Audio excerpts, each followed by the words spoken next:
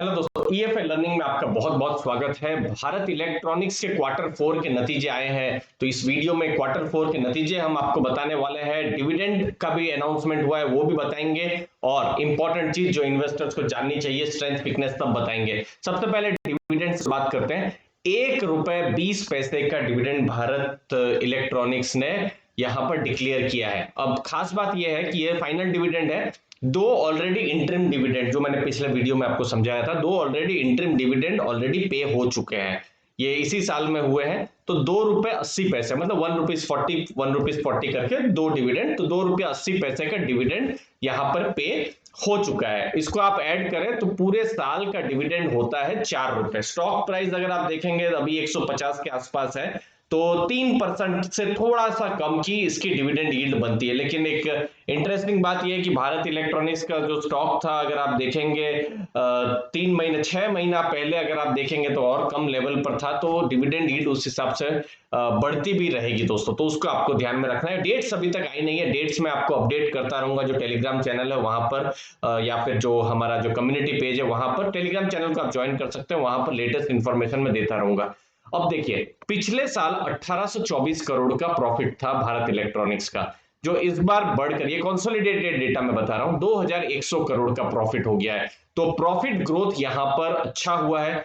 अगर आप पिछले साल क्वार्टर फोर की बात करें तो 1046 करोड़ का प्रॉफिट था, जो कि इस बार फिर से बढ़ा है और 1368 करोड़ का प्रॉफिट हुआ है। तो प्रॉफिट हम देख रहे हैं क्वार्टर टू क्वार्टर भी बढ़ा है और ईयर टू ईयर भी प्रॉफिट बढ़ा है।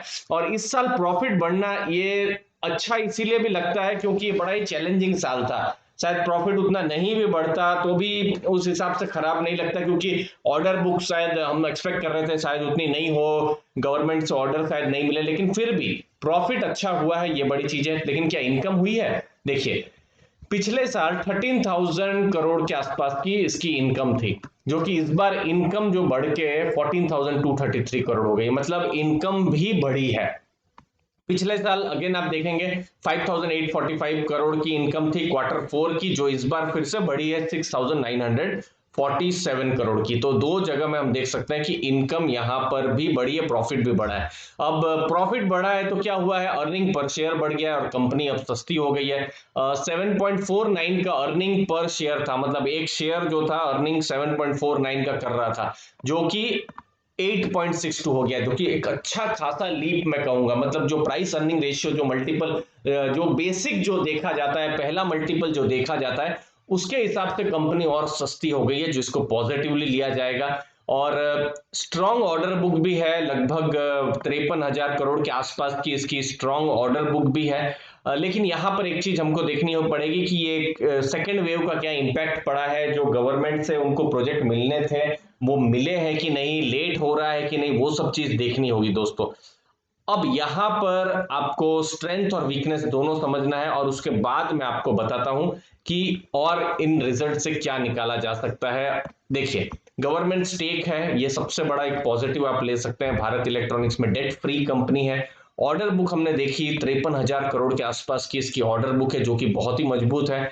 लिक्विडिटी बहुत मजबूत है और कोई भी फंड बेस्ड बोरोइंग नहीं है, मतलब ये जीरो डेट कंपनी है। High return on capital, high return on equity business है, और गवर्नमेंट से इसको ऑर्डर मिलते ही रहते हैं, डिफेंस ऑर्डर जो है। और इस बिजनेस में कोई नया जो भी है कंपनी इतना जल्दी आसानी से जा भी नहीं सकती, क्योंकि हाई एंट्री बैरियर्स है और इस्टेब्लिश्ड इनका इंफ्रास्ट्रक्चर भी है। लेकिन वीकनेसेस भी है, डिफेंस सेक्टर के ऑर्डर्स इनको मिलने चाहिए। गवर्नमेंट से या डिफेंस सेक्टर से ऑर्डर कम मिलने लगे तो फिर फर्क पड़ेगा ही, क्योंकि ये कम्युनिकेशन का काम करती है, इलेक्ट्रॉनिक्स का काम करती है दोस्तों।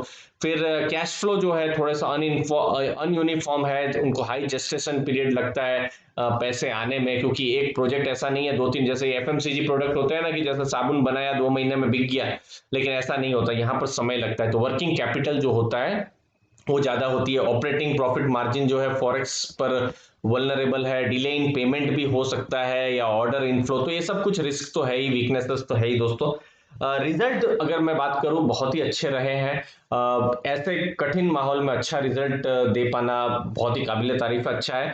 लेकिन नए टारगेट्स का वेट करना होगा। जो ब्रोकरेजेस है उनके पास और डेटा रहते हैं, मैनेजमेंट के क्या कमेंट्री है वो समझना पड़ेगा। तो इन दो चीजों का मेरा वेट रहेगा और मैं आपको कुछ दिनों में फिर से और डिटेल्स के साथ आऊंगा, जहां मैं आपको बताऊंगा कि क्या नए टारगेट दिए हैं ब्रोकरेजेस ने, नंबर 1, और नंबर 2 मैनेजमेंट ने क्या कहा है। और मैनेजमेंट को इसीलिए सुनना है क्योंकि ये सब जो बिजनेस है ऑर्डर फ्लो पर बहुत ज्यादा डिपेंडेंट होता है। तो ऑर्डर फ्लो कैसे है, ठीक है चलिए Q1 में ऑर्डर फ्लो हो सकते हैं कम हो, क्योंकि अप्रैल मई जून ऐसे भी थोड़ा ठंडा रहता है और इस बार तो कोरोना का भी ये सब था। तो बाद में क्या ऑर्डर मिलने की उम्मीद है, गवर्नमेंट से मिलने की उम्मीद है, कितना मिलने की उम्मीद है, क्योंकि गवर्नमेंट ने तो कहा है कि हम इस बार इंफ्रास्ट्रक्चर में खर्चा करेंगे। तो वो कहीं ना कहीं वो पैसा क्या यहाँ पर आ रहा है डायरेक्टली इनडायरेक्टली, तो वो सब चीजों भी हमको समझनी पड़ेगी। तो उसके लिए और डेटा चाहिए, मुझे उम्मीद है वो डेटा कुछ दिनों में आ जाएंगे तो मैं आपके साथ वो सब शेयर कर दूंगा।